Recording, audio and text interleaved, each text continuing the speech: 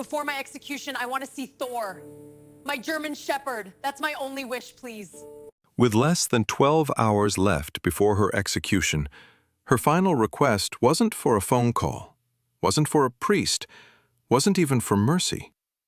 It was to see her dog. The prison went silent when she asked. Before we go on, let me ask you something quietly. Have you ever had a dog who understood you without being told anything? The death row wing was colder than usual that morning, not because of the air, but because everyone knew what day it was. Elena Carter sat on the edge of her metal cot, hands folded, posture straight, the way she'd learned to sit years ago when panic only made things worse. 7 years inside. 7 years of appeals denied. 7 years labeled a murderer. The guards expected the usual final requests. Instead, she said quietly, "I want to see Thor, my German shepherd." Some guards scoffed. Others exchanged looks. A dog? But Thor wasn't just a pet. Before the arrest, before the trial, before the world decided who she was, Thor had been her search and rescue partner, trained, disciplined, trusted. He'd slept at her feet, worked disaster sites with her. And the night she was arrested, he was taken away without explanation. She never saw him again. Until now. The warden hesitated. Animals weren't allowed inside the facility, especially not on execution day. But Elena's record was spotless. No violence, no incidents, no manipulation. And buried deep in her intake file was one line. Handler reports canine displays exceptional threat detection. After a long silence, the warden spoke. 10 minutes, yard only, full restraint. Elena closed her eyes. 10 minutes was enough. The yard gate creaked open. Elena stood, wrists cuffed loosely, heart pounding so loud she thought the guards could hear it. Then she saw him. Thor stepped through the gate, older now, grayer around the muzzle, but unmistakably hers. His ears lifted, his body froze. Then he ran. Elena dropped to her knees just as Thor slammed into her chest, pressing his head under her chin, whining softly. For a moment, there was no prison, no execution, no sentence. Just a woman and the one soul that had never doubted her. Then Thor stopped.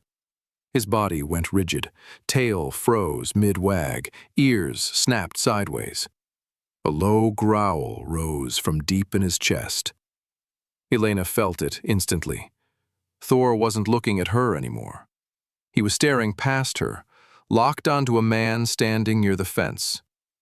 Captain Harlan, the lead investigator from her case. "Control the dog," a guard muttered. Elena placed a calm hand on Thor's back. "Easy," she whispered. But Thor didn't relax. He stepped forward slightly, placing himself between Elena and Harlan. Growl deeper now, focused, certain. One of the guards frowned. "That dog doesn't sound aggressive," he said quietly. "That sounds like an alert." The warden leaned forward. "Elena, has Thor ever reacted like this before?" She swallowed. "Only once," she said. "During a search when someone was lying about where they'd been." Harlan shifted, just slightly, enough. Thor barked, sharp, sudden, echoing off concrete walls. The yard froze. A younger officer stepped closer to the warden. "Sir, Harlan was never officially logged at the crime scene." Silence. The warden's eyes narrowed. "Bring me the file. Now." What started as a delay became a review. What became a review became an investigation. Evidence was rechecked, logs were pulled, fingerprints retested. They didn't belong to Elena. They belonged to Harlan. He'd planted evidence, altered reports, closed the case fast before anyone could question it. By nightfall, the execution was suspended. By morning, Harlan was under arrest. Weeks later, the charges were dropped. The prison gates opened, this time not to end a life, but to return one. Elena stepped out into the sunlight. No cuffs, no guards. Thor waited just beyond the fence. She dropped to her knees, laughing and crying at once. "You remembered?" she whispered. Thor wagged his tail. He always had. Sometimes the truth doesn't come from witnesses, or paperwork, or power. Sometimes it comes from a dog who refuses to forget what humans tried to bury.